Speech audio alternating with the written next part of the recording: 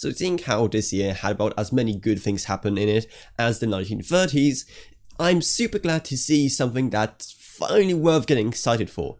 And that's of course the launch of Ryzen 5000, which is probably the most exciting time for us PC nerds this year, at least until the launch of Cyberpunk 2077, which, seeing how it's been in development for 8+ years at this point, I expect to solve all of humanity's problems. But whatever, let's talk Ryzen 5000, because today, AMD's shiny new CPUs launched, and wow, did they ever destroy Intel this time around. Because unlike last gen, when AMD and Intel were pretty even across the board, and it's very hard to tell who the true winner is, just like in the US presidential elections, here AMD completely runs away with it.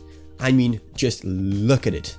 Just look at the difference in performance. And it's not just about productivity, where AMD was already flogging the dead horse that was Intel. No.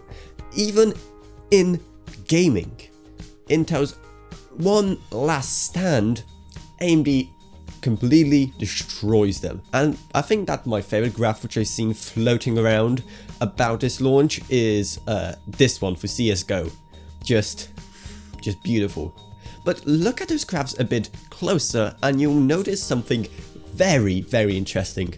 And also very concerning for Intel, because usually you just compare CPUs by the tier they're in, and you just go and you just compare your Ryzen 9s, your Core i9s, and your Ryzen 7s, your Core i7s, but here, even the Ryzen 5 5600X matches or even outperforms the king of Intel CPUs, the 10900K, which is like, AMD, whatever magic dust you sprinkled on them to secure this victory, I have no idea, but you probably should sell it to the US presidential candidates. I think they both really want it at this point. So what on earth does that all mean? And should you buy a Ryzen 5000 CPU yourself? Well, one thing to keep in mind is that there has been a price increase, with all CPUs apart from the 5600X now costing $50 more than the Ryzen 3000 counterparts. And for the most part, they are kind of a step up and a maturation of the Ryzen 3000 brethren. The Ryzen 5000 CPUs have the same core counts as the Ryzen 3000 counterparts. They're still on the same 7nm node, which I mean by Intel standards is still very impressive, so we shouldn't be complaining. But even despite all of that, the performance is so far ahead that honestly, they could be a completely new, unrelated product because, wow, because the performance increase is so well worth the $50 price increase, especially seeing how Intel has completely nothing to compete against AMD now. And with the 5600X costing the same as the 3600X and still coming with a stock cooler, well, it's pretty much a no-brainer. But it's also another thing that you have to be wary of when buying these CPUs, and that's where my kind of main criticism for this launch comes in, because there's so little to criticize about AMD's launch here that I have to talk about stock coolers and how they're disappointing, because the 5600X is the only CPU to have a stock cooler, breaking AMD's tradition of including stock coolers in the Ryzen CPUs, which is fairly disappointing, because that's going to be another cost on top of the $50 extra you're paying for a Zen 3 CPU compared to Zen 2. But again, I would encourage you to do so anyway, because while the performance increase is just so big, it's just a CPU, we can survive. So I would just say, if you're even considering for a second to buy Ryzen 3000 at this point, just save up a bit extra, just save those $50 and then some for a cooler later if you need a cooler, unless you already have one or whatever. Just save that extra money and go Ryzen 5000. Now, I still say it's very disappointing that only the 5600X has a stock cooler, about as disappointing as the choices in presidential candidates in this year's US elections. Now, it makes sense on the Ryzen 9 CPUs like the 5900X and the 5950X, because people who are already spending so much money on a CPU do probably have enough money for a good aftermarket cooler, but the Ryzen 7 is very muddied water, I would say, and it's still in an area where it's a very big purchase for many people.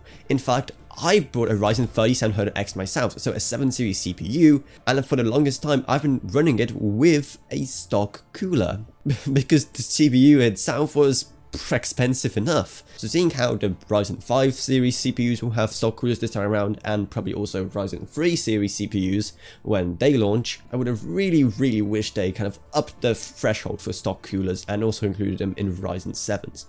Maybe even not in the 5800X, but if they at least included in the 5700X, which you all know is coming, that would still be fantastic. So what can Intel do at this point?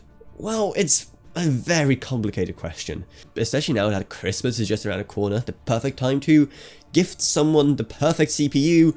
Well, Intel definitely missed out, and the 10th gen CPUs have been made pretty irrelevant. And the recent announcement of 11th gen CPUs, codenamed Rocket Lake, hasn't really left too many people fired up. Because right now it just looks like Intel hit a complete roadblock. And it looks like they may need a big reshuffling of their plans. Ryzen is the hot new thing. It's still very young, unlike both the US presidential candidates, while Intel CPUs are probably starting to hit their limits, and they may need to really change their strategy. Now, it already seems like they're planning to change a lot when it comes to 11th gen Rocket Lake CPUs. In fact, I did a whole video talking about that, so I highly recommend you check it out. It's going to be up in the iCards. It looks like Intel will be really laser focusing on gaming for 11th gen, which could pay off, but who knows. They also promised major IPC improvements, which could beat out AMD, but AMD are in such a lead right now, it could really take them a while. Not to mention that next gen Zen 4 CPUs, so Ryzen 6000, will be based on 5nm, while Intel Rocket Lake, due to launch next year, will still be stuck at 14nm. But whatever, if you've been waiting to get yourself a brand new CPU, now is the perfect time, because Ryzen 5000 really